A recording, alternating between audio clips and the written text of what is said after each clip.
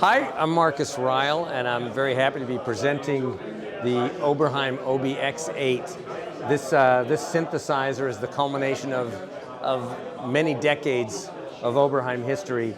I feel very fortunate. I was one of the Oberheim design engineers from 1980 to 85, involved in the synthesizers beginning with the OB-X8 through the OB-8 and Expander and Matrix 12, among the other products during that era. And Tom Oberheim was really a pioneer in our industry, as was Dave Smith with Sequential. And this product is the first time where, since the 80s, where the Oberheim brand and logo can be on a brand new Oberheim polyphonic synthesizer. Tom Oberheim's vision is still the key driver for this, and now we're able to partner with the Sequential team to bring this to market. So at its core, what the OB-X8 is about is taking every feature and capability of the original OB-X, OB-X8, and OB-8 and putting all of that capability into a new modern instrument, and then adding quite a few very important features on top of that to really enable you to explore a whole new range of sounds as well. But to start with, we had the original instruments, the original designers, the original source code, the original schematics, to be able to truly authentically capture with 100% analog signal path all the capabilities of the OB-X, OB-X8, and OB-8.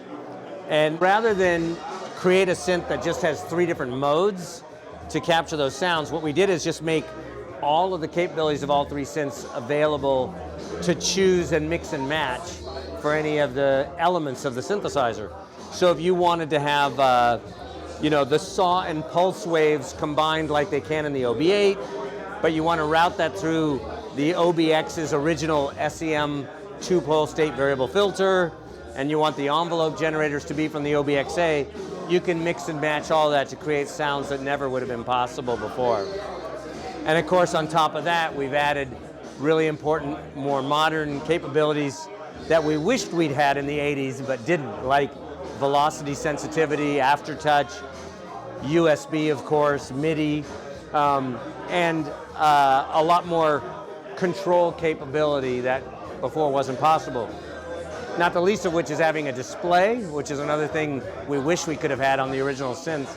That makes it much easier to be able to select from the different preset banks, edit any of the page 2 features that the OB-8 was famous for, and so on.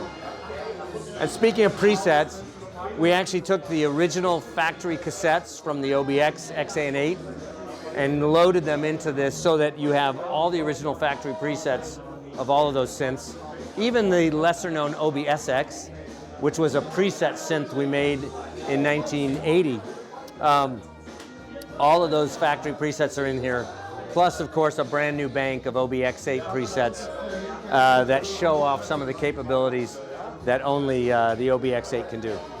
So in terms of presets, just starting with the classic OB brass sounds, you can start with the OB-X kind of brass pad sound. And here you can hear the classic state variable filter.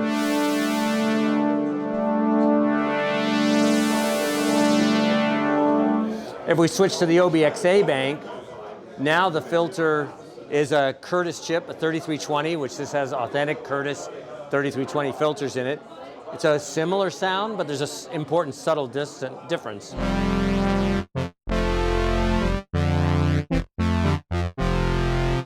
And if we switch over to the OB-8 bank, now we have a little more modulation capability, so there's a little subtle delayed mod on one of the oscillators, and now it's using the 4-pole filter from the 3320.